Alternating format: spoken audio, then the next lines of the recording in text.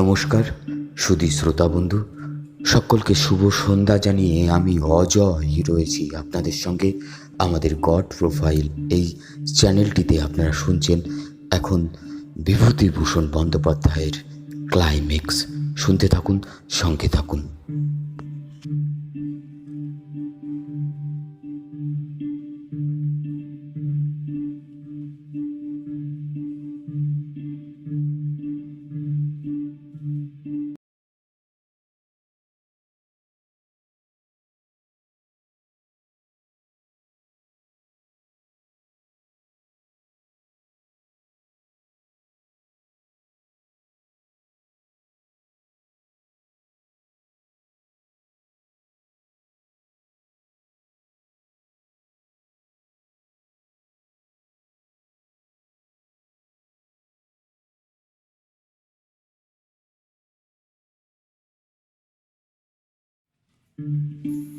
আমার নিজের একটা অভিজ্ঞতা থেকে গল্পটা ফেঁদেছি। উদ্দেশ্য গল্পের ক্লাইম্যাক্স জিনিসটা কি তাই বোঝানো।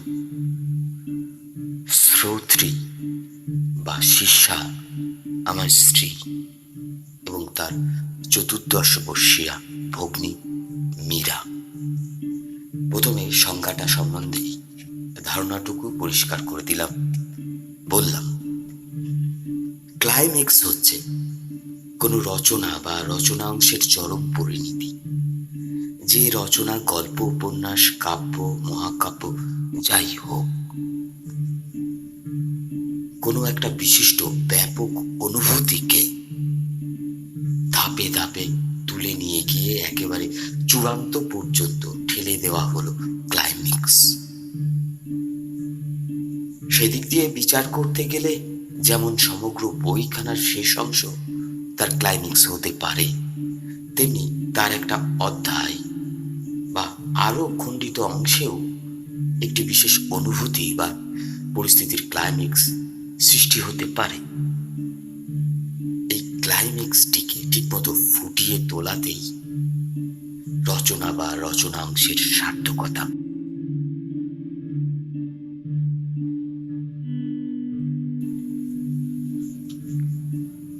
ক্লাইম্যাক্স জিনিসটা খুব পরিষ্কার রূপ নিয়ে ওঠে কোনো তীব্র অনুভূতি দিয়ে রচনার মধ্যেই। তাতে পাঠক বা শ্রোতা তীব্র উৎকণ্ঠার মধ্যে এমন আত্মবিস্মৃত হয়ে যেতে পারে যে একেবারে বাহ্য জ্ঞান হারিয়ে বসতেও পারে। কি বলছি, কি করছি, কোথায় আছি সে বিষয়ে কোনো সংজ্ঞাই বা সম্বিতি হয়তো থাকে না। এমনকি পরিস্থিতিটা যতই খারাপ হোক, হঠাৎ উল্টে গেলে কিন্তু একটা আশাভঙ্গের ধাক্কাও লাগে বুকে।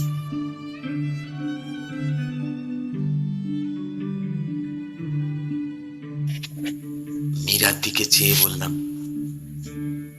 এই সবের জন্যেই তোমার দিদি বই হাতে করে রান্নাঘরে ঢুকলে শুক্তো হয়ে যায় টক, অম্বল হয়ে যায় তেতো, দুধ হয়ে যায় নোনতা, ডাল হয়ে যায়। স্ত্রী বললেন, গল্পটা বলবে তো বসি, ব্যাখ্যানা করতে হয় শুধু ওর সঙ্গেই করো। বসো বলেই আরম্ভ করে দিলাম। একবার দিন সাতেকের জন্য আমি আমার বন্ধু বিকাশের ওখানে বেড়াতে যাই। দ্বিতীয় কিংবা তৃতীয় দিনের কথা বলছি। বিকাশ একটা বিশেষ দরকারের সকালেই বাইরে বেরিয়ে গেল, ফিরবে সেই খানিকটা রাত করেই। সমস্ত দিনটা বই পড়ে আর এদিক ওদিক করে তখন সন্ধ্যার একটু আগে মনে হলো খানিকটা বাইরে ফাঁকা থেকে না হয় বেরিয়ে আসি। বিকাশ এলেই তো আবার শহর দেখা, রাজবাড়ি দেখা, পার্টি, ক্লাব এইসব আরম্ভ হবে। ট্রেনে আসবার সময় শহর থেকে আন্দাজ মাইল 2 দূরে একটা জায়গা বড় ভালো লেগেছিল। একটি বেশ চওড়া নদী। তা কলকাতার গঙ্গার প্রায় আধা আধি হবে সব দিয়ে। ওপরে একটা ন্যাড়া পুল, তার উপর দিয়েই গাড়িটি এলো। দূরে দূরে পাহাড়, কাছে পাহাড় না হোক, এখানে ওখানে কিছু টিলা ছড়ানো। কয়েকটা বেশ খানিকটা উঠেও গেছে। আমাদের গাড়িটা পাশ করলো ঠিক সূর্যাস্তের মুখে। পাহাড়ে নদী, মাঝখানে শুধু কয়েকটা জলের রেখা ছড়ানো রয়েছে। বাকি সমস্তটাই ধুধু করছে বালি। সেই সময় গেরুয়া বালির ওপর প্রচণ্ড সূর্যের রাঙা রশ্মি পড়েছে ছড়িয়ে। গাংচিলের ছোট বড় ঝাঁক বাসায় ফিরছে। জলের ধারে চঞ্চল কাদা খোঁচার গায়ে সোনালি রোদটা ঝিকঝিক করে উঠছে। সমস্তটুকু মনে একেবারে গেঁথে গিয়েছিল। জানতাম বিকাশকে বলতে যাওয়া বৃথা, কেননা যারা বইয়ের নেশায় ডুবে থাকে তাদের মতন কবি বলো, উপন্যাসিক বলো, কোনো লেখককেই ও বিশেষ পছন্দ করে না। অর্থাৎ তার ওই অংশটাকে নেক নজরে দেখে না। স্ত্রী একটু বক্রদৃষ্টিতে চেয়ে শুনছিলেন। ওকে কটাক্ষ করছি ভেবে মন্তব্য করলেন, কেউ দেখে না নেক নজরে। বললাম, আমি অবশ্য ঠিক সেই জিনিসটা দেখতে পাবো না, কেননা বাড়ি থেকে বেরুতেই সূর্যাস্ত হয়ে যাচ্ছে। পৌঁছবো ক্রোশখানিক পথ হেঁটে, তারপর তবে শুক্লপক্ষের মাঝামাঝি যাচ্ছে একটা অন্যরূপ দেখতে পাবো। সে বোধহয় আরো ভালোই হবে। রেল লাইন ধরে একটু পা চালিয়ে গেলাম। যখন পৌঁছালাম তখন সূর্য একেবারে ডুবে গেছে। শুধু আকাশে এদিক ওদিক ছড়ানো যে মেঘের টুকরোগুলো রয়েছে তাতে একটু একটু রঙের পোঁজ লেগে রয়েছে। তখন কোনোটাতে হালকা, কোনোটাতে একটু গাঢ়। আকাশের মাঝখানে চাঁদটা স্পষ্ট হয়ে আসছে। আমি পুলটা পেরিয়ে একেবারে ওপারে চলে গিয়ে লাইন থেকে নেমে পাশেই একটি ছোট টিলার উপর গিয়ে বসলাম পশ্চিমমুখ হয়ে। সামনে হাত পাঁচেক পরেই নদীর তীরটা নেমে গেছে।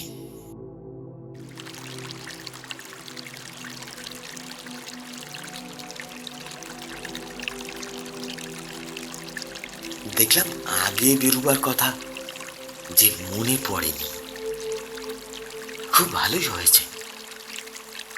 এমন একটি পরিপূর্ণ স্তব্ধতার মধ্যে আমি বহুদিনই পাইনি নিজেকে। এর আগে কখনো পেয়েছি বলে মনে পড়ছে না। চঞ্চল জীবনের সব শব্দই গেছে থেমে।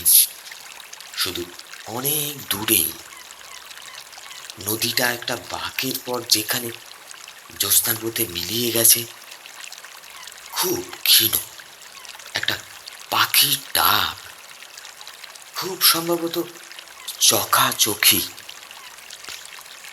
ওরা শুনেছি দূরে আলাদা আলাদা থেকে ওই রকম করে ডাকতে থাকে পরস্পরকে। বোধহয় ভাবে এতে দাম্পত্য কলহের সম্ভাবনাটা একেবারে দূর না হোক, কমে আসে।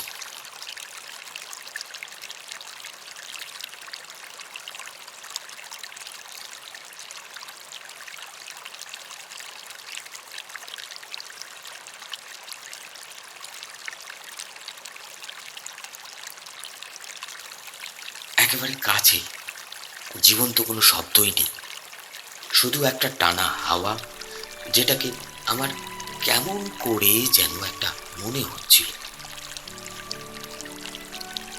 এই যে মুমূর্ষ দিনটি পৃথিবীর কাছ থেকে শেষ বিদায় নিচ্ছে, তারই যেন দীর্ঘশ্বাস।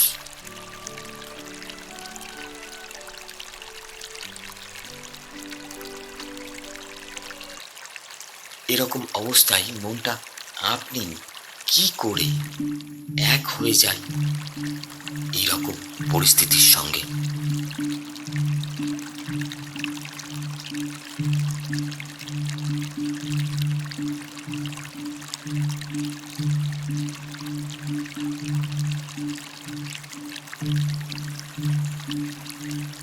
আমারও জীবনের সন্ধ্যা হয়ে আসছে, এইবার বিদায়ের পালা।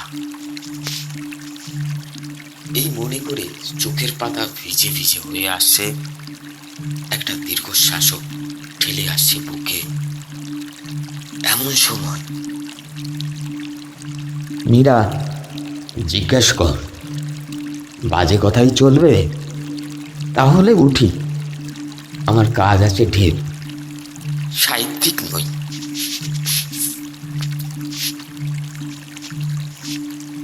এবার অন্যরকম ভাব, বেশ কিছু গুরুতরই মনে হলো। আমি স্বভাব দোষে পড়ে গিয়েছিলাম একটু ঘোরে, তাড়াতাড়ি সামনে নিয়ে আবার শুরু করে দিলাম। দীর্ঘশ্বাসটা চেপে আসছে বুকে।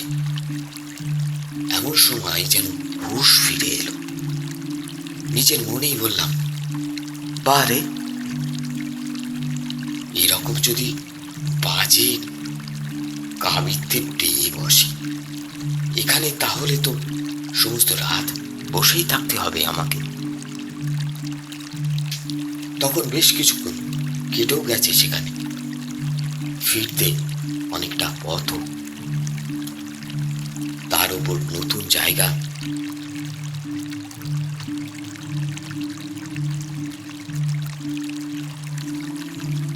ভাবলাম এইবার উঠে পড়া যাক, কিন্তু ভাবুকতাটুকু মন থেকে জোর করে ঠেলে সরিয়ে দিলেও জায়গাটার নিচের একটা মোহ আছেই। মনে হলো আর একটু বসে যাই, এই সুযোগ তো জীবনে বেশি আসে না। এইরকম উঠবার কথা মনে হতেই আর একটু বসে যায় করে করে অনেক বাড়ি হয়ে গেল। কেমন যেন অদ্ভুত মনে হলো। কোনো আত্মীয় কুটুমের বাড়ি গেলে, যেমন ধরো যখন তোমাদের বাড়িতে যাই, তোমাদের বাড়িতে একবার এর কথাই একবার ওর কথাই আটকে যেতে হয় না? এখানে জায়গাটাই যেন টেনে টেনে রাখছে। বেশ খানিকটা এইভাবে কাটবার পর হঠাৎ এক সময় যেন আমার চমক ভাঙল। যেন কোথায় বা কিসের মধ্যে তলিয়ে গিয়েছিলাম, হয়তোবা নিজের চেষ্টা সত্ত্বেও। এই আবার ভেসে উঠেছি। ভেসে যে উঠলাম তাও একটা নতুন পরিস্থিতির মধ্যে। সমস্ত জায়গাটা একেবারে নিস্তব্ধ। সেই যে হাওয়ার সনসনিটুকু ছিল তাও আর নেই।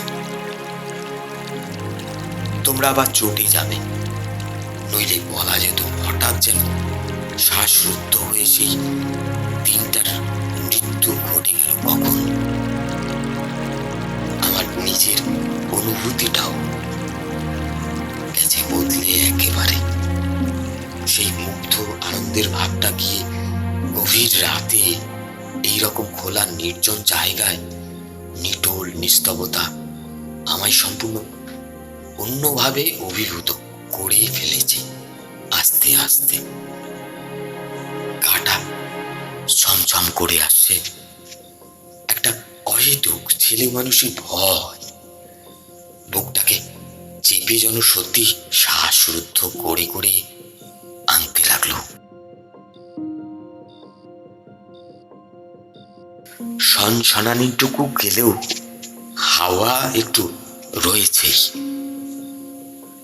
এত খোলা জায়গায় সম্পূর্ণ বন্ধ হয় না হাওয়া।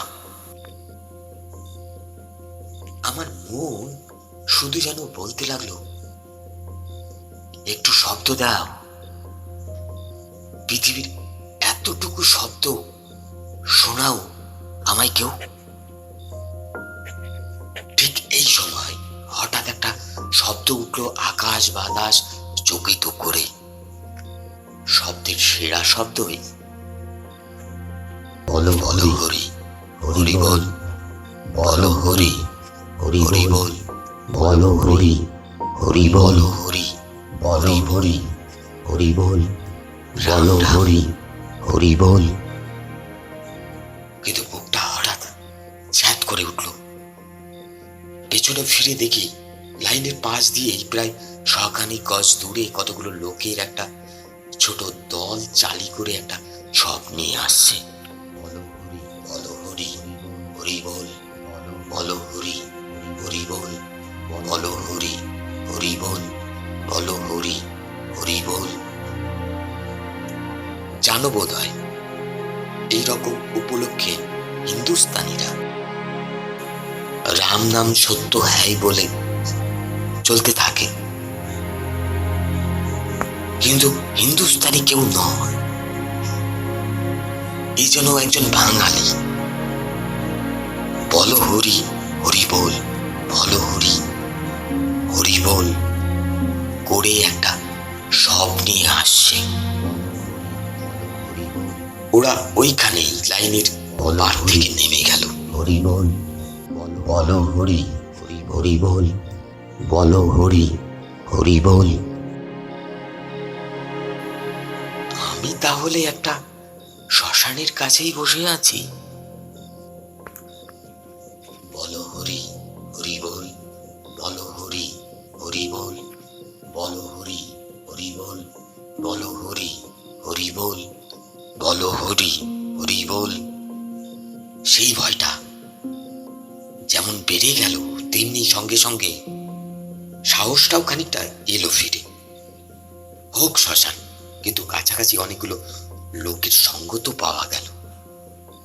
একটু বসেও রইলাম, তারপর ফিরবো। দাঁড়িয়েও উঠেছি। ওদের মধ্যে একটা যেন কি নিয়ে একটু চঞ্চল আলোচনা উঠল। শ্মশানটা খানিকটা দূরেই, কিন্তু ওই রকম ফাঁকা জায়গায় আওয়াজটা স্পষ্ট হয়ে বেশি আসছে। একটু কান পেতে থাকতেই বুঝতে পারলাম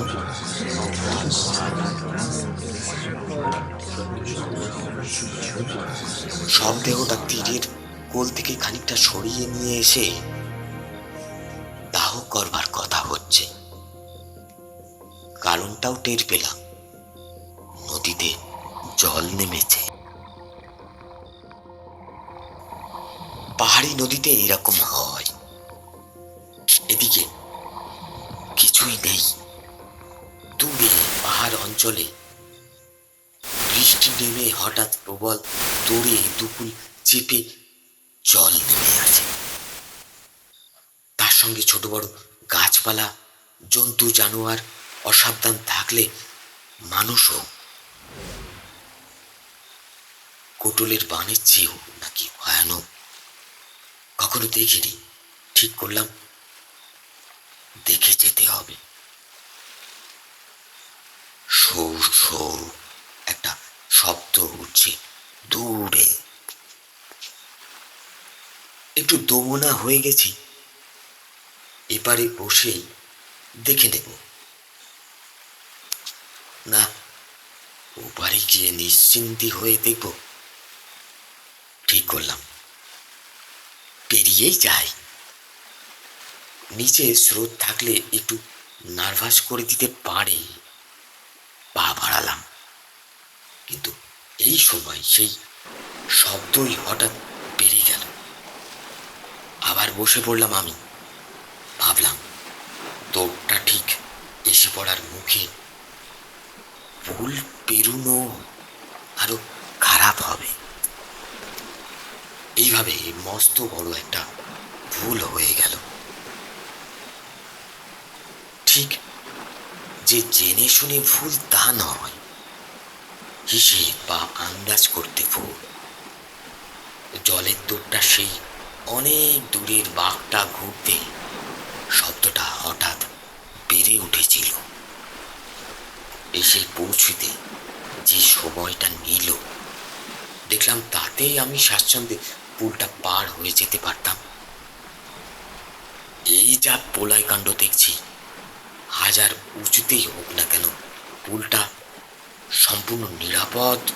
কিন্তু ওই 10টা কামানের গর্জন কানে নিয়ে আর ওই তোড়ের ওপর দৃষ্টি রেখে রাখতে তো হবে। এখন পেরুই কি করে? অনেক ওপরে আমি দেখছি এপার ওপার নিয়ে বোধহয় 5-6 ফুট উঁচু একটা ফনা তুলে নেমে এলো একটা স্রোত। কি গর্জন! ছোট বড় গাছপালা বুকে চেপে কিসের আফসানি, কিসের উলট পালট হাওয়া। দেখতে দেখতে পুলের ধামগুলো ধাক্কা খেয়ে যেন আরো খেপে উঠে হুঙ্কার দিতে দিতে বেরিয়ে গেল। তারপর দেখতে দেখতে নদীর জল 1 ফুট 2 ফুট করে বাড়তে বাড়তে তীরের কাছাকাছি পর্যন্ত উঠে এলো। দেখা হলো একটা জিনিস জীবনে, পঞ্চানন রুদ্রের ভ্রুকুটি কুটিল আনন্দটা। কিছুক্ষণ পর্যন্ত যেন কোনো চিন্তা করবার ক্ষমতাই হারিয়ে চুপ করে বসে থাকতে হলো আমাকে। সেই তখনকার মতোই গেছি তলিয়ে। তখন ছিলাম সৌন্দর্যের মধ্যে, এখন যেন প্রলয়ের বিভীষিকার এই পার্থক্য। তখনকার মতোই এক সময় ভেসেও উঠলাম সেই অতল থেকে। চিন্তা হলো পেরুই কি করে? এই যেমনটা ছিল, শুধু নদীর ওপর হঠাৎ যেন সমুদ্রের ঢেউ ভেঙে পড়া। এখন ঠিক ততটা না হলেও খুবই ভীষণ তো। ন্যাড়া পুলের 1 ফুট অন্তর পাতা কাঠের স্লিপারের উপর পা দিয়ে দিয়ে পেরুনো। একটু যদি মাথা ঘুরে পা টলে গেল তাহলেই আর দেখতে নয়। শুনেছি এসব স্রোত যেমন হঠাৎ আসে তেমনি হঠাৎ চলেও যায়, কিন্তু সে হঠাৎ তো কোনো আন্দাজ নেই। জলের পরিমাণ যেমন দেখছি, পাহাড়ে বৃষ্টি থেমে গিয়ে থাকলেও এই জল বেরিয়ে যেতে অন্তত সমস্ত রাত কেটে যাবে। বৃষ্টি হতে থাকলে তো কথাই নেই। কি করব ভাবতে ভাবতে রাত অনেকটা এগিয়ে গেল। ঘড়িটা নিয়ে যায়নি, কিন্তু আকাশে চাঁদ যেমন ঢলে পড়েছে নিচে, প্রায় বোধ হয় 10টা হয়ে গেল। ভাবতে ভাবতেই হঠাৎ একটা কথা মনে হলো, একজন সঙ্গী পেলে বোধ হয় সুবিধে হতো। যদি নেমে গিয়ে ওদের বলি একজন কাউকে দেয়, শুধু পুলটা পেরিয়ে দিয়ে আসতে। আমার চিন্তাটাই যেন রূপ নিয়ে আমার পাশে এসে পৌঁছল। দেখি আমার পেছন দিয়ে কখন একটি লোক এসে রেলের বাঁধের উপর উঠতে যাচ্ছে। বলতে ভুলে গেছি, আমি গিয়েছিলাম পুজোর ছুটিতে। পুজো শেষ করে বেশ একটু ঠান্ডার ভাব এসে গেছে তখন। লোকটার গায়ে আগাগোড়া একটা সাদা চাদর জড়ানো, মাথার উপর দিয়েও ঘুরিয়ে আনা। এদিকে বেশ সরল বলে মনে হলো, একেবারে তালের মাথায় পেটে কথাটা বলতে যাচ্ছিলাম, ওই যেন এতক্ষণ লক্ষ্য করিনি, হঠাৎই দেখতে পেয়ে দাঁড়িয়ে পড়ে আমায় জিজ্ঞাসা করলো, বাবু, আপনি আপনি অসময়ে এখানে যে? হিন্দিতেই জিজ্ঞাসা করলো। বললাম, দেখো না, বেড়াতে এসেছিলাম, আচমকা নদীতে এই ভান ডেকে আসে, হে হে, পেরুতে ভয় হচ্ছে। হ্যাঁ, একটু অদ্ভুত ভাবে হাসলো লোকটা। মনে হলো তাতে যেমন ভরসা দেওয়ার চেষ্টা আছে, তেমনি একটু যেন ব্যঙ্গও রয়েছে মেশানো। বলল, অমন হয়, পেরুতে ভয়। ভয়ঙ্কর নদীটা তো। কিন্তু আসলে ভয়ের কিছু নেই। এই তো আমি যাচ্ছি, আসুন না, আসুন, আসবেন?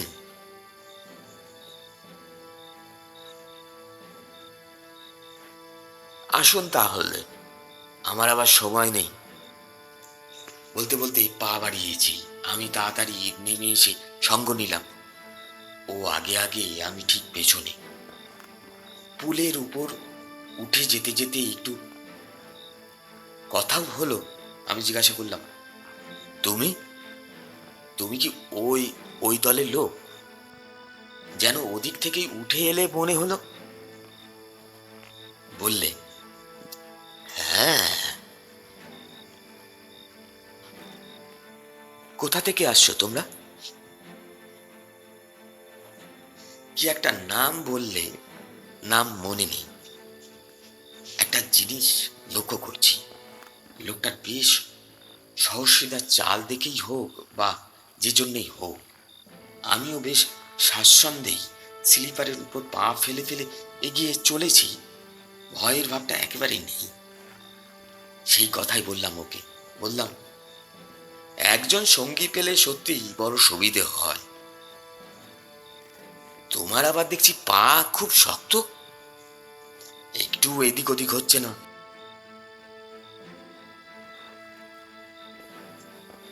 আমার যে অভ্যেস হয়ে গেছে।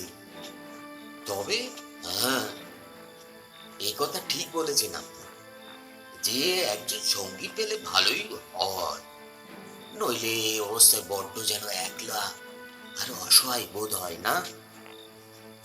বললাম, সত্যি তাই, খুব পেয়ে গেলাম তোমায়, বুঝলে? কপালে জোর বলতে হবে আমার।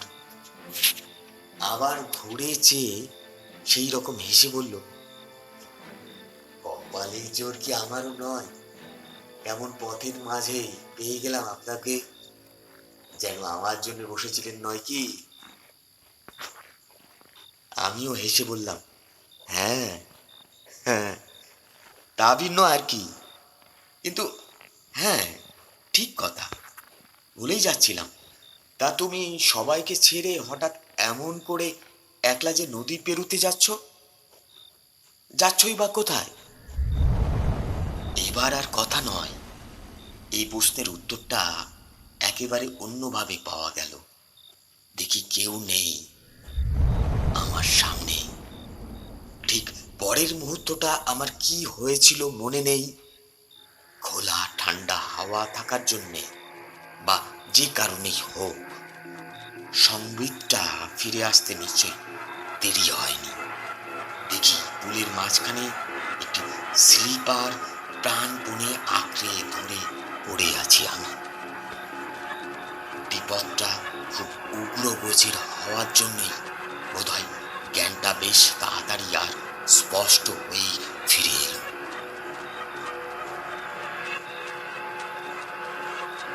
লোকটার আর লোকটাই বা বলি কি করে?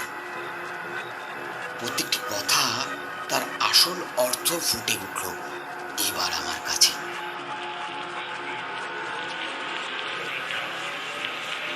বুঝতে আর বাকি রইল না, কি দুকুল হারা নদী পার হয়ে ওর কাছে এগোতে যে পুষ্পাদ মাত্র এখন। সত্যি কত যে অসহায় ও, কি যে একা। এই কথাটা হঠাৎ আমার কানের কাছে অতিরিক্ত বিভীষিকাময় হয়ে ওঠে। ভয়ে তোড়ের উপর আর একটা তোড় এনে ফেলল।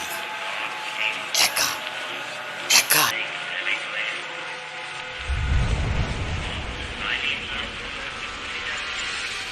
একা একা নাকি অনন্ত পথের যাত্রী এই বিদেহী আত্মা আমায় তার সঙ্গী করে নিতে এসেছিল? নিজের প্রশ্নটা দেই, ভয়ে মাথার চুল পর্যন্ত খাড়া হয়ে উঠেছে। সঙ্গে সঙ্গে একটা উৎকট হুঙ্কার শুনে সামনে চাইতেই দেখি জ্বলন্ত দৃষ্টি নিয়ে সাক্ষাৎ মৃত্যু ছুটে আসছে সামনে। এক মুহূর্তের বিপ্লব, তারপরেই ব্যাপারটা বুঝলাম। সামনের উঁচু টিলাটা ঘুরে একটা ট্রেন মত্ত গতিতে আসছে ছুটে। তার ইঞ্জিনের সার্চ লাইট এসে পড়েছে আমার উপর। দেখছে ড্রাইভার প্রাণপণে হুইসেল দিতে দিতে সতর্ক করতে করতে ছুটে আসছে, কিন্তু ফল কি আর সতর্কতার? মৃত্যু আমার দুদিকেই। সামনে ওই ওই নিচে ওই বিক্ষুব্ধ প্রলয় বয়তে।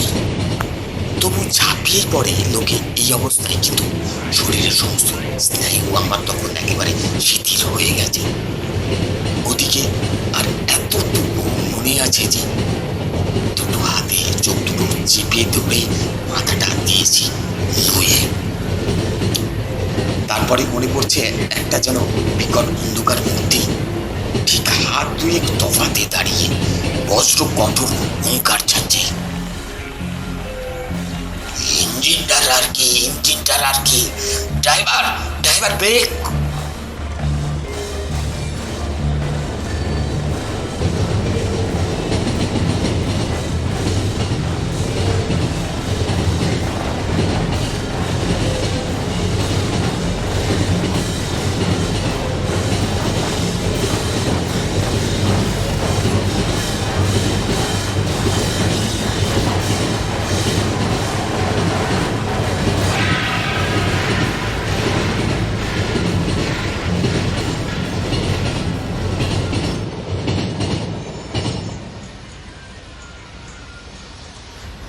যা, বেঁচে গেলেন?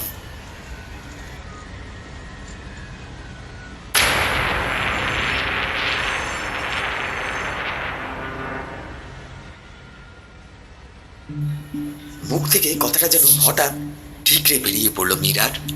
তীব্র উৎকণ্ঠায় হাত দুটো মুঠো করে বুকের উপর চেপে ধরেছিল, হালকা হয়ে গেল। স্ত্রীও ঠিক ওই ধরনের কিছু বলে ফেলতে যাচ্ছিলেন, সামনে নিয়ে ওর পিঠে একটা মৃদু চর বসিয়ে দিয়ে বলল, ধুৎ, অমন করে বলে? হুশ হারাচ্ছে গল্প শুনে। হ্যাঁ, ও ভাগ্যিস বলে আরো খানিকটা সামনে নিলেন।